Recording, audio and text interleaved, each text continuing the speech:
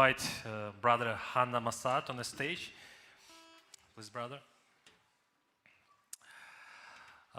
More than 1 month ago, probably everybody heard about the war between Israel and Hamas. And after that war, I was Googling up, I was looking for any churches in Gaza Strip. And to my surprise, I found that there was only one evangelical church, and it was Baptist church. And I found out that Brother Hanna Massad, he was a pastor of this church for about 12 years, right? So I contacted him, I found his email, he didn't reply in a week or two, and then he actually replied, and I was like surprised. I even didn't know where he lives. I wasn't sure, is it America or some other place, Lebanon or... And I invited him, he thought about it, and he came to this conference. In my life I met many Palestinians. Usually I play volleyball with them, or I went to high school with them. 99% of them are Muslims. And only 2 people I met who were Baptist. One of them, Muhammad Yamot, I forgot his last name, but he's from Lebanon, pastor from Lebanon. And you. Can you explain us how come you're a Baptist, living in Palestine, being from Palestine? Well, it's first, thank you very much for the opportunity. Glad to be with brothers and sisters, and really appreciate this opportunity. You know, my parents belong to the Greek Orthodox Church, but I get to know the Lord in personal way through Gaza Baptist, which is the only evangelical church in the whole Gaza Strip. And the same church where I got saved, I had the privilege to be called to be their first local pastor. And it's the grace of God. Yeah. So for many churches, for many years, this church was without pastor. Only guests were coming there, right? Yeah, usually we have pastors coming from Egypt or Lebanon, you know, other countries, because the Christian community in Gaza is very small. Right now in Gaza you have just about 1,000 individuals, Christians, out of 2.2 million Muslims in the Gaza Strip. And by the way, Gaza is a very small piece of land. It's about 30 miles long and 7 miles wide, and more than 2.2 million people living. It's one of the most populated areas in the world. After you came to America, what happened to the church? Are they gathering at houses, or do they have a building? You know, the Gaza Baptist, even though we left Gaza because there was persecution in the church and also in the community. And now, every Sunday we have live Zoom with the church, even while I'm in America.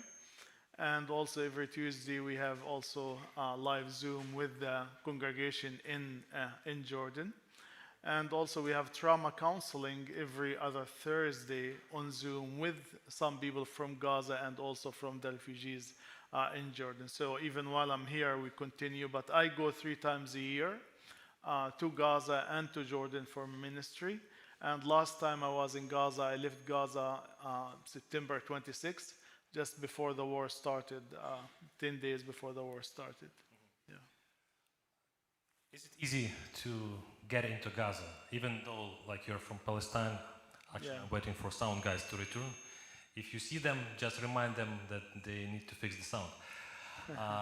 You have a Palestinian documentation or passport, right? And American citizenship. Yeah. But what about like if me with the Ukrainian citizenship and American wants to go to Gaza before the war, for example? Yeah, sure. I mean, for you with the U.S. passport, it's very easy. You can land it in Ben Gurion Airport in Israel. But for me, as Palestinian who have also dual citizenship, I cannot, especially before July, I cannot use Ben Gurion Airport. I have to get permission in advance because I am Palestinian, because I born in Gaza. So it's very complicated. And for me to go to Gaza, I have to go to Jordan. And from Jordan, I come to Jericho. And from Jericho, I go south, you know, Jerusalem, and then toward Gaza, which is it's a little complicated to say the least. Yeah. After you were saved, you decided to become a pastor. How did you know that it was your calling, and what was your next step? Born and grew up in Gaza, we influenced by the Muslim culture. And there is time in my life I thought, if there's a religion in the world, maybe it has to be Islam because of the dedication. They pray 5 times a day. So at age 15, when I became a believer, when my aunt invited me, to go to Gaza Baptist, where I met the Lord in personal way, and my life it changed. I experienced peace, forgiveness, love, joy in my heart, and my life never been the same. Before I went to the ministry, I was lab technician. I worked in Baptist hospital for 4 years, but then the Lord put in my heart to go, to become a pastor. So I went to Bethlehem Bible College, and in the weekend I come to pastor the church. And so this is how the journey started. Just God put passion in your heart more for the things He have in store for you. So always God's choice is the best choice. And I should say this is the greatest honor I ever experienced in my entire life, that the loving God took, little boy from Gaza who was on the side of the road. He washed me, He cleansed me, He forgave me, He put His loving arm around me, and He gave me this honorable call. If I start to share with you the different stages of God faithful, identical 100%, right? So everyone is unique. So this is how much you've been loved, and this is how God chose you to be unique. Just be yourself, come to Him as you are, and you will not stay as you are, because He will continue to transform you. He will continue to change you, and He make you powerful by His grace to serve, to reflect His love, to carry His presence, and just to shine as light and to be salt wherever you are. You talk about God's love with such a passion, but at the same time, you grew up in an environment where you went through persecution from different sides, from your own people, from I believe Israel, and also you experienced few wars in your life, and your wife wars. Wars, Different wars. Right. How was it like living in a city or in a territory where you hear a lot about war? Yeah, What was the hardest part? people ask me like sometimes what is like to live in Gaza when I lived there, and my respond, I never been in a prison, but I lived in one when I was in Gaza, because Gaza it's a huge prison, and you have siege from the sea, because Gaza it's on the Mediterranean Sea, but fishermen cannot go too far for fishing. Siege also from the sky, because we don't have airport in Gaza, and also siege from the land. You just have 2 borders, one with Egypt and one with Israel, and usually it's not easy to use these borders. Sometimes Christians, they say that it is hard to forgive somebody. For example, person comes to church, somebody didn't say hi, they get offended, they don't say hi for years. Where did you find this kind of power to forgive those people? Because I read in your book about forgiveness. To forgive those who persecuted you, not only because of your religion, but because of your nationality. Yeah, thank you. If I may, before I speak a little bit about forgiveness, because you asked me what is also like to live in Gaza, right? How to minister. And usually my response when people ask what is like to live or minister in Gaza, I say we live between 2 fires. We have the fire of the militant who's try to hurt you, but also you have the fire of the Israeli occupation on the other hand. And unfortunately, sometimes you have the fire, or kind of a friendly fire, which is the fire of the traditional church, who is not very happy about who you are and what you do as evangelical Christians. So the big question, how you live your faith in daily basis, in the midst of these fires. How you keep the peace, how you keep the love, how you keep the respect, how you keep the forgiveness. And, loved one, this is one of the most powerful tools available for us as followers of Christ, which is the power of love and the power of forgiveness. Because you experience His love, you're able to love others. Because you experience His forgiveness, you can forgive others. And Jesus, in the most difficult moment in His life on the cross, Father, forgive them, because they didn't know what they do. So this is what inspires us as disciples and followers of Christ. Jesus, our ultimate example for every one of us. Lord, help me to live by the power of forgiveness. And I think this is one of the lessons we learned in the time of persecution. Also, I will share more about forgiveness maybe in the sermon as well. Talking a little bit about that war, how did it touch you personally? Because I talked to you about a couple of weeks ago. Mm-hmm. You said that some of your relatives even died. Yeah. This is very emotional thing for me, and try to be, just hold my emotions. It's very difficult. It's unbelievable. And I think the important thing for us, because you see sometimes people go too far to this side or too far to this side. But I feel in my heart, Lord, I want to be with you. I want to choose Christ as my side. Because if we're not careful, we will lose what our priorities and really what God have in store for us to reflect His love in this difficult situation. To talk about the war and this conflict, it's complicated, but I think also in the same time it's simple and clear. And there's really a lot to say. I don't know how much you want me to say. So just to make the story short, I mentioned to you there's about 1,000 Christians in Gaza out of 2.2 million. And most of the Christians in Gaza evacuated in two churches, the Greek Orthodox Church and the Catholic Church. The Greek Orthodox in Gaza Church is the third oldest church in the whole world. And people thought they would be safe if they go to the church.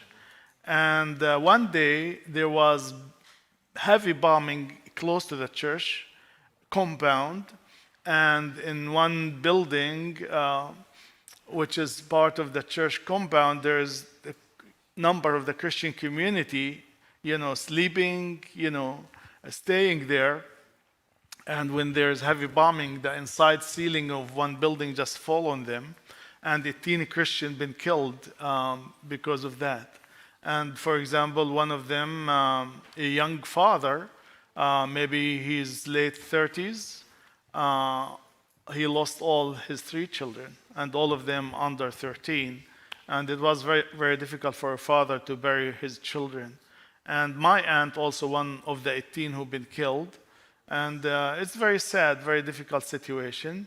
And the challenge for us as Christians, as followers of Christ, how to live by the power of love and forgiveness and not allow bitterness and hatred.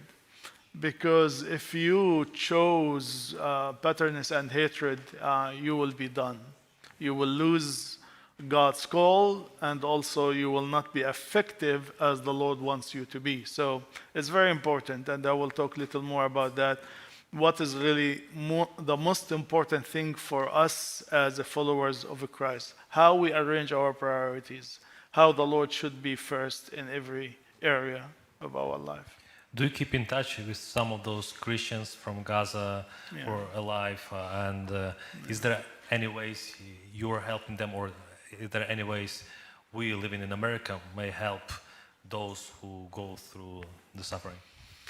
God really helped us and opened doors, because now 47 days this war going on and continue. And God helped us to reach out to the Christian community and also to the wider community. God helped us to provide more than 900 meals for the people who evacuated in the churches, and also help with some clothes, and also help with other necessities, with the grocery. And we're really very grateful that we're able to help and to do that, in this difficult time. Are there any other churches in the West Bank or Israel? Do they communicate? Baptist churches? Yeah, they communicate more in the West Bank. Yeah, we almost in daily, we have communication almost in daily basis between Gaza, West Bank, and people here and also in other countries. How many churches are there? Gaza. We just Palestine at all, like Oh. West Bank. Well, in Gaza, there's just the three in Gaza. In West Bank, the Evangelical churches, who part of the Palestinian Council of Churches, maybe about 12 churches. Yeah, the Evangelical, yeah. I read in your book about Avana Club. Actually, I grew up participating in Avana. Probably some of people here heard about this or have Avana in their church. So this is one of the ministries your church had, plus Bible Society. Can you tell us what kind of how people reacted to Christians working with their kids through Avana? How people respond to the Christians in Gaza, you mean? How parents responded to Christians working with their kids, because Avana is predominantly for children, right? Oh, like the Avana Club, you mean? Yeah, we have really a great ministry with the Avana Club. Almost 100 children with young people, part of that. And that was very effective. And really, until today, we meet some people who've been in Avana Club and how the Lord changed their life, and how their life, they never been the same. So there's really effective, wonderful impact in the life of the children who've been in that club. And we're very grateful for that. Also, I want to ask you about your favorite evangelical preacher. Do you have one? Evangelical preacher. Billy Graham went to be with the Lord. And once I have the privilege to sit on the stage with Billy Graham when I was 26 years old. First time I left Gaza, and they have the privilege to. I was 26 years old at that time, so now you know how old I am. So, there's many wonderful. I love to, to hear and to listen to many other. Louis Palau was amazing man of God, and. I heard you also had a privilege to sit with the two American presidents on the same stage. Who was it? What president? Well, this is, the glory to the Lord. This is really the grace of God. How a little boy from Gaza, as I said, God picked me up, washed me, cleansed me, and gave me this honor and the privilege to sit on the same stage with Jimmy Carter and Bill Clinton, and to share to 20,000 leaders, pastors in America. And it's an honor. I never thought, but this is just show you the grace of God. And this is what I want to say to the young people and to everyone here, really. Just wait and see what God can do in your life if you commit your life completely to Him. Just watch, wait, and see what God can do in you and through you. Right now, you live in America. I live in Connecticut, right? Yeah. Do you have people from Connecticut? Oh, Connecticut? Some people from Connecticut. Yeah.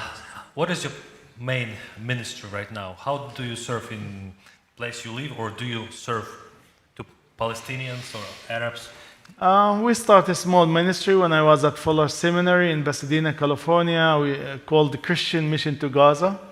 And basically, the purpose of this mission to reflect God's love to the people in Gaza in one hand, but also to help with physical needs, because there's a lot of poverty. But this ministry expand to the West Bank and to Jordan and to Egypt. We have several orphanages in Egypt, and also one in Lebanon and one in the West Bank, and the ministry of widows, and we'll talk a little more about that on Saturday. And so this is the ministry I'm focused on as a director of Christian Mission to Gaza, and keep in connection with the partners, do these things. The things I mentioned, what we do every Sunday, every Tuesday, every other Thursday. But also, I'm an elder in the church in Darien, Connecticut, Presbyterian Church, Christ Focus, and we serve in that church as well. Besides, like I said, I go 3 times a year to the Gaza Strip and to Jordan as well. Also, you wrote a book, and he has his book with him. If somebody wants to buy, you can come to him. Can you give us a short description? What is this book about? What was your intention when you wrote this? Pastor from Gaza. If you want to understand more about the conflict between Israel and the Palestinian, that will help you. But also, it just shows the goodness of God, the grace of God, how His faithfulness, how the Lord take you in this journey of life and journey of faith, and you can trust the loving God and the lessons we learn, in this journey, and also lessons we learn in the time of persecution. And hope and pray it will be a blessing for you.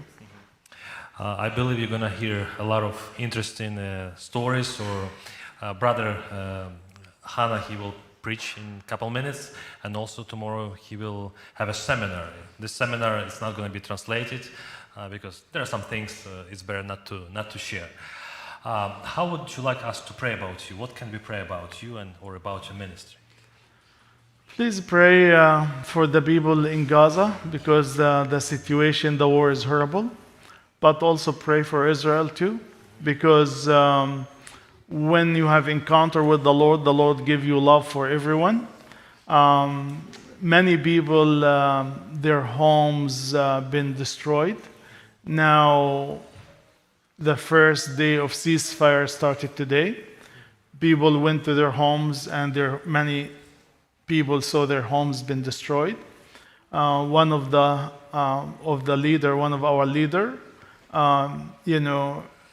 his wife went, and his home destroyed. Now, when they go back, they didn't have home, and this is the story of many people, and thousands and thousands of people been killed. Many of them are children. So please pray for the families, and please pray God will raise peacemakers to put an end for this war, because violence is never the solution. So we just pray there will be an end for this horrible war. Let's pray. Let's stand up and we're going to pray. Our Heavenly Father, thank you for this opportunity that you gave us to be at this place. We heard this testimony. We are very thankful for Brother Hanna, for his ministry, that there was a day you found him and he became a believer, he follows you, and he serves those people who don't have that much opportunity to know the Lord, because gospel, it's very hard to proclaim gospel in those areas where there is one religion. We ask you to bless Hanna, we ask you to bless his people, to bless Gaza. You see how many people are suffering. We ask you to bless Israel, so many of them may also find the Lord. We ask you for your wisdom, so you may give wisdom to believers, how they may testify about your love to those people who are going through suffering. You see how many people lost their homes, some people lost their lives, and we ask you for peacemakers. And we also believe that there was one peacemaker, Jesus Christ, who came to this earth, who died for sins of many, and because of Jesus, every person from different tongue, different nation may become a believer, may know you, and may inherit eternal life. Please bless the continuation of this service. In Jesus' name I pray.